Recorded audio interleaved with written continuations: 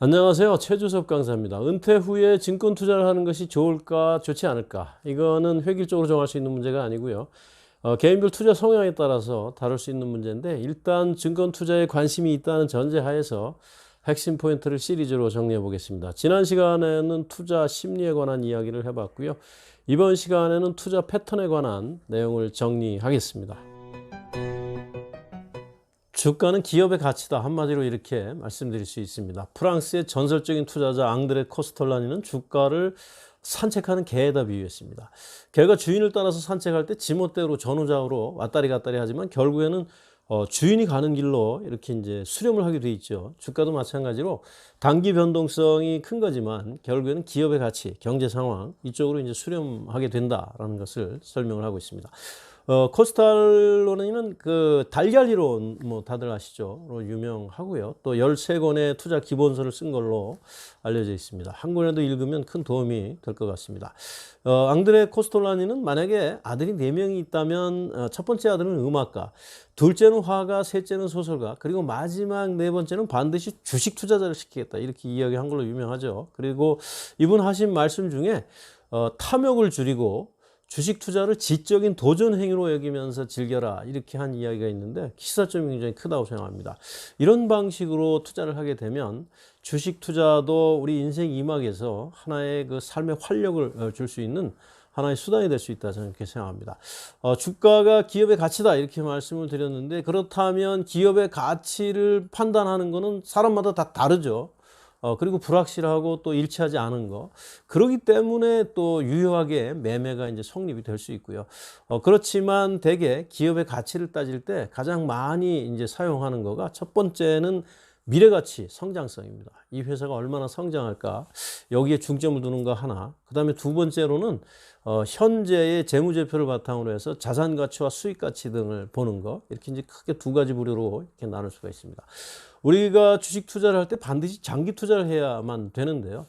최근에 뭐 언론을 보면은 주식 새끼, 오치기 뭐 이런 단어들도 막 회자되고 있는데 주식 새끼 하루에 뭐 3번 사고 판다, 오치기 하루에 5만 원 벌고 빠진다 뭐 그런 이야기 같은데요. 이렇게 데일리 트레이딩 하는 거 우리가 인생 이막에서 시간이 마냥 남아 돌아간다고 하더라도 절대로 하지 말아야 될 게 바로 이 데일리 트레이딩이라고 저는 생각합니다.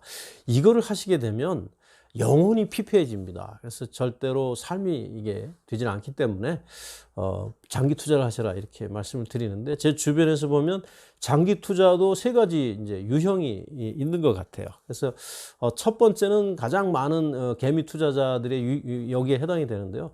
얼떨결에 이제 장기 투자가 되는 거. 그리고 두 번째는 옆에서 설명드린 것처럼 성장주에 주로 투자하는 거. 그리고 세 번째로는 가치주에 투자하는 것. 이렇게 세 가지 유형으로 나눌 수가 있습니다.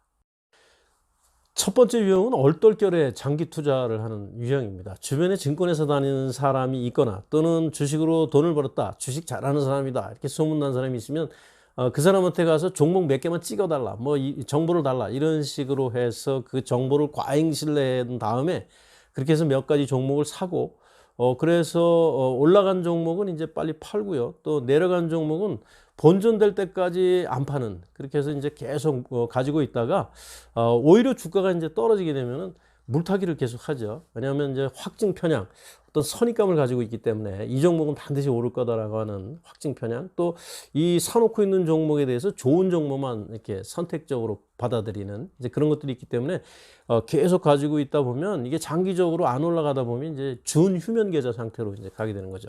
심지어 비밀번호까지 이제 까먹을 정도로 방치 이제 하게 되는 겁니다. 그래서 결국에는 이제 원하지 않은 원래 장기 투자하려고 했던 게 아닌데 장기 투자하는 얼떨결 장투가 이제 되는 거죠. 그러다 보면 결국에는 아예 그냥 시장을 외면하고 이렇게 이제 방치해두고 있다가 요즘처럼 이렇게 증권시장이 화랑이 되고 또 돈 번 사람이 있다 이런 이야기를 주변에서 듣다 보면 마음이 이제 갑자기 이제 조급해지고 이렇게 해서 다시 이제 증권시장으로 리턴을 해가지고 또 매수를 들어갑니다. 그렇게 되면 가격이 많이 올라 있기 때문에 또 이제 앞에 같은 것을 이렇게 반복하는, 그러다 보면 결국 또 다시 이제 실패를 해서 증권시장에 정말 환멸을 느끼고 주식 투자는 절대로 할 게 아니다. 이거는 투기다. 이거를 해서 돈 번 사람을 본 적이 없다. 뭐 이제 이런 식으로 이야기를 하면서 아주 부정적으로 이렇게 돼버리는 거죠. 이런 악순환 연결고리에서 세 가지 시사점을 이렇게 말씀드릴 수가 있는데, 첫 번째는 남한테 종목 찍어달라 뭐 이런 식으로 해서 과잉시를 해서 투자하는 방법, 이거 절대로 하지 말자. 앞에서 말씀드린 대로 가치 투자가 됐든 성장형 투자가 됐든 자기만의 올바른 패턴을 가지고 기본적으로 선호하는 기업을 골라서 장기 투자를 하는 그런 스탠스로 가야 된다. 두 번째, 한번 찍었다 그래서 샀다고 그래서 떨어지고 나면 본전될 때까지 죽어도 안 팔겠다 이런 생각으로 계속 물타기 하는 관행, 이거는 반드시 하지 말자. 일정한 비율로 로스가 나면 손절매를 해야 된다. 내 판단이 틀렸구나, 이걸 겸허하게 인정을 하는 거죠. 세 번째는 화랑장에서 탐욕을 내지 말자. 이거는 앞에서 앙드레 코스탈로니의 달걀 이론에서도 이제 나왔던 거고, 또 지난 시간에 제가 말씀드렸던 워런 버핏의 이야기일 수도 있죠. 탐욕을 내지 마라. 그래서 이 세 가지를 주의를 해서 투자 패턴을 반드시 고쳐야만, 이게 다수의 개미들이 이런 얼떨결 장투형이기 때문에 패턴을 반드시 고쳐야만 이제 올바른 투자가 될 수 있다, 이렇게 말씀드릴 수 있습니다. 두 번째는 성장주 투자형입니다. 이 투자형의 대표적인 귀재는 윌리엄 오닐이라고 이제 볼 수가 있습니다. 이분이 투자에 관한 여러 가지 베스트셀러를 많이 쓰셨는데 한 권 정도는 꼭 읽어볼 필요가 있고요. 그분의 책을 읽어보고 제 나름대로 정리를 했는데 참고해 보시기 바랍니다. 첫 번째는 주당 순이익이 증가 추세에 있는 종목, 그리고 두 번째는 그러면서 신제품을 계속 내고 있으면서 주가가 신고가를 갱신하고, 또 경영자가 혁신 마인드를 가지고 있을 것, 또 거래량이 많아야 되고, 또 자사주를 매입하면서 동시에 시가총액이 1위에서 3위권 정도의 어떤 주도주일 것, 그 다음에 기관과 외국인의 매수세가 뒷받침을 해주면서, 그렇다 하더라도 자기가 산 종목이 만약에 7% 이상 하락한다 그러면 이렇게 손절매를 하는 거, 그러니까 내 판단이 틀렸다라고 이렇게 과감하게 인정을 해야 된다, 이렇게 하고 있습니다. 최근에 증권시장을 보면 국내외를 막론하고 이 성장주 투자형이 요 뒤에서 설명드리는 가치주 투자형에 비해서 훨씬 더 이제 수익을 많이 이렇게 얻고 있습니다. 그렇지만 언제나 성장주 투자형이 가치주 투자형보다 더 유리하다, 이렇게 단정적으로 이제 이야기할 수는 없는 거고요. 그때그때의 상황에 따라서, 경제 상황에 따라서 이게 번복되면서 달라질 수 있는 거다, 이렇게 설명을 드릴 수 있습니다. 세 번째는 워런 버핏으로 대표되는 가치주 투자형입니다. 이분의 책도 한 권 정도는 꼭 읽어보셔야 될 것 같습니다. 이분의 어떤 투자 원칙을 제가 한번 요약을 해보면, 첫 번째는 소비자 독점적인 사업을 영위하는 회사가 좋고, 그렇게 해서 수익성이 높으면서 또 그것이 상승세에 있어야 되고, 또 자산 운용을 보수적으로 하는 회사, 또 자본이익률이라 그래서 뒷부분에 좀 설명을 드릴 텐데 ROE, 이게 최소한 17%는 넘어야 된다라고 보고 있고, 또 수익을 유보시켰다가 이걸 새로운 사업에 이렇게 재투자를 할 수 있어야 되고, 사회적으로 물가 인상이 있게 되면 자기 제품의 가격을 이렇게 자유롭게 인상할 수 있어야 된다. 이런 조건들을 두루 갖춘 그런 주식, 이걸 이제 가치주라고 부른다, 이렇게 이야기를 하고, 이런 종목에 투자를 해서 장기 투자를 해야 된다, 이렇게 주로 설명을 하고 있습니다. 우리가 어떤 패턴으로 투자를 하든 간에 재무적인 주요 지표 몇 가지 정도는 꼭 체크를 해봐야 된다, 저는 그렇게 생각을 합니다. 그래서 몇 가지만 여기 이렇게 소개를 드리는데요. 깊이 설명드릴 필요는 없을 것 같아요. 그냥 보시면, 산식을 보시면 금방 이해할 수 있는 그런 내용들입니다.